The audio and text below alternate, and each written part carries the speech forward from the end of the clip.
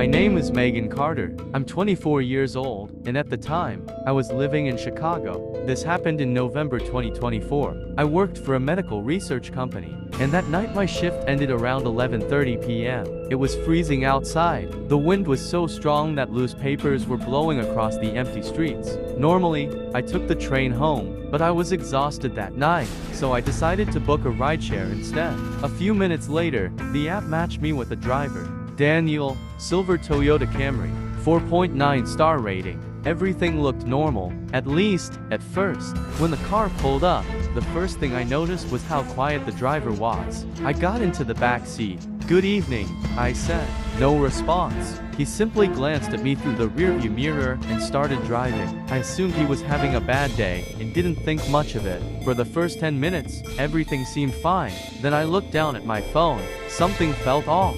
The route on the app didn't match the road we were actually driving on. I checked again, then looked outside, then back at the screen. We were definitely going the wrong way. "Excuse me," I said. "This isn't the route." The driver finally spoke. "Road's closed." That was it. No explanation, no apology, just those two words.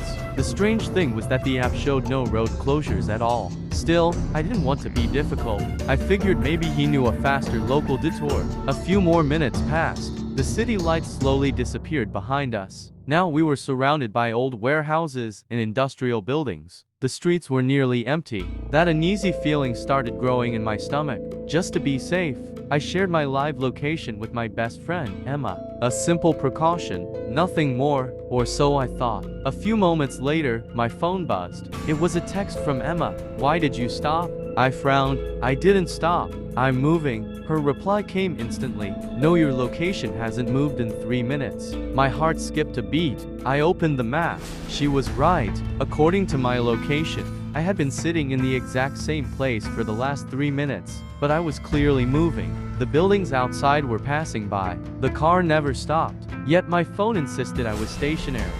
I looked up at the driver. He was watching me through the mirror. Again, and again, and again. Not casual glances. He was checking on me, watching what I was doing, watching my phone. That's when I noticed something hanging behind his seat. A laminated ID badge. The photo matched the driver, but the name didn't. The badge read, "Michael Sanders, not Daniel." My stomach tightened. I quietly opened the rideshare app again. The profile still showed Daniel, but the man driving the car was apparently Michael. "Why?" Trying to stay calm, I asked, "How long have you been driving rideshare?" Several seconds passed before he answered. "Long enough."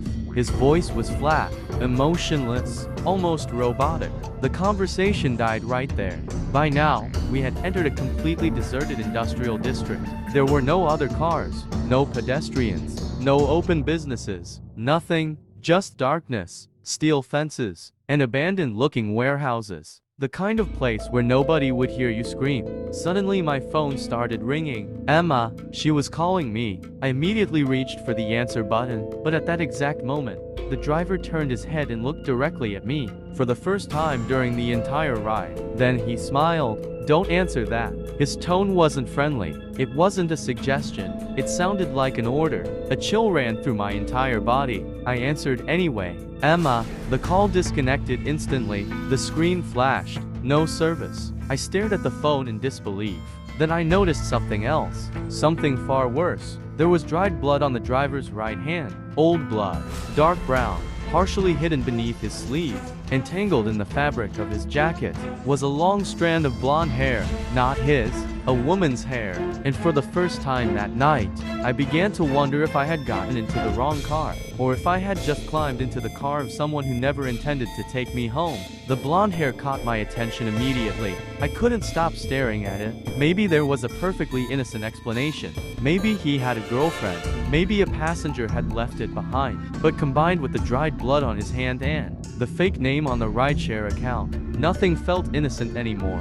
I forced myself to stay calm. Panic wouldn't help me. I discreetly opened the emergency screen on my phone. No signal. Nothing. Not even a single bar. The driver suddenly spoke. "You seem nervous." I looked up.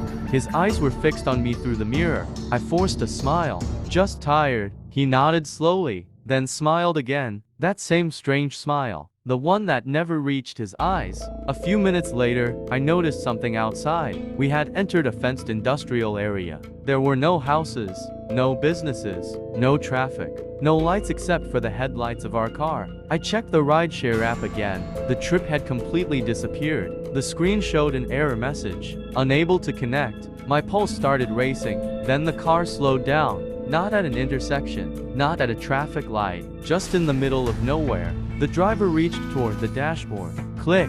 The child safety locks activated. I heard the sound clearly. My blood ran cold. I quietly tested the door handle. Locked. I couldn't get out from the inside. The driver saw me checking. His smile widened. You should relax. My heart hammered against my chest. Every instinct in my body was screaming that something was terribly wrong. Then I saw it. About 200 yards ahead. A building. An old warehouse. Most of the windows were boarded up. Only one light was visible inside.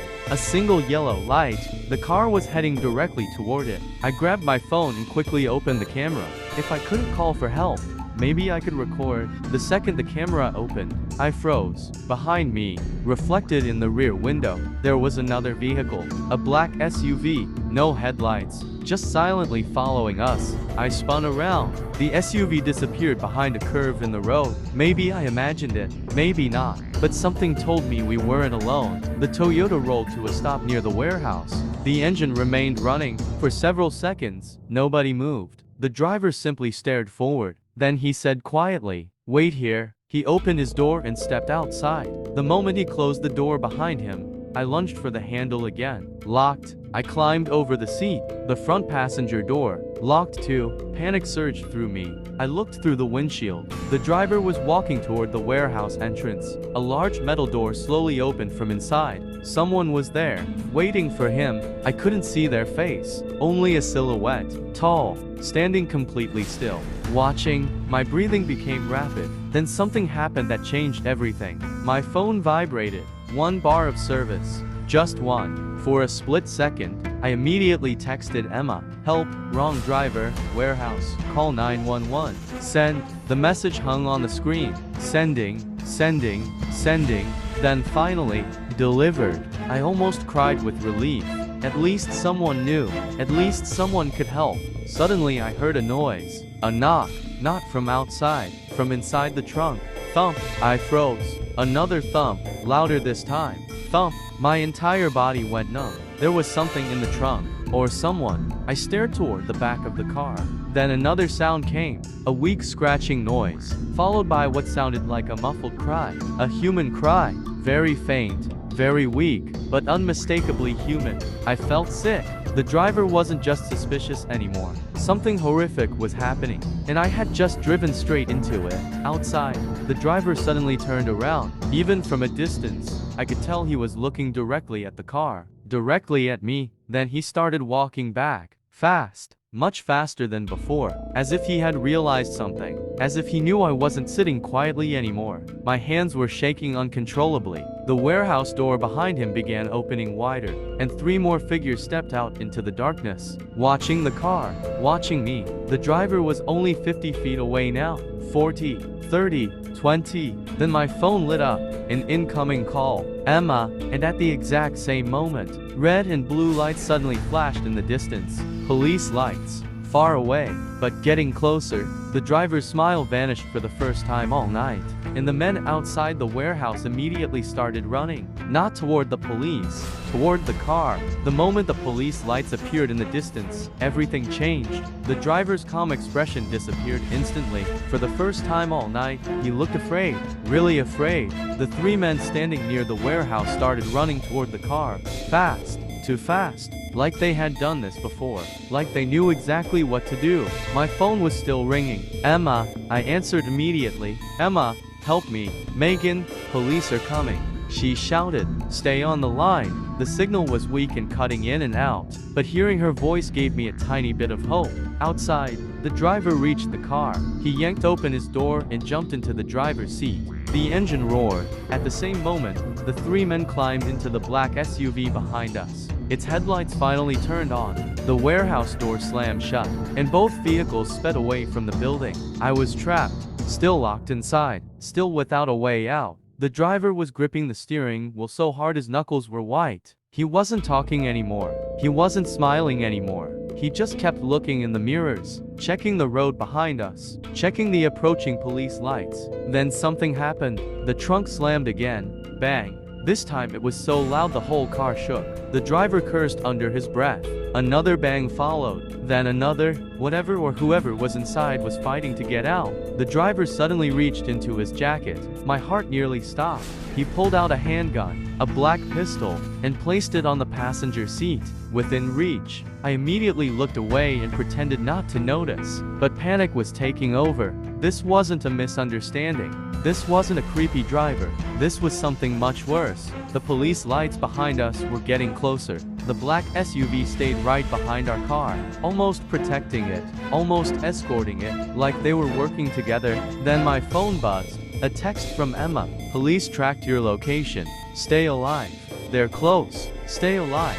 I still remember reading those words, because for the first time all night, I honestly wasn't sure I would.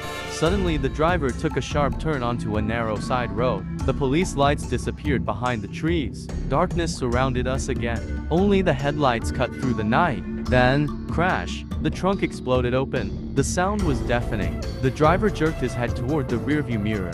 For a split second, his attention left the road, and that's when I saw it. A hand, a human hand, reaching out from the trunk. The driver slammed the brakes. The car skidded sideways. Tires screamed against the pavement. The black SUV nearly crashed into us from behind. Without thinking, I grabbed the pistol from the passenger seat. The driver's eyes widened. For the first time, he looked shocked. I pointed it directly at him. My hands were shaking violently. I had never held a gun before. Not once in my life.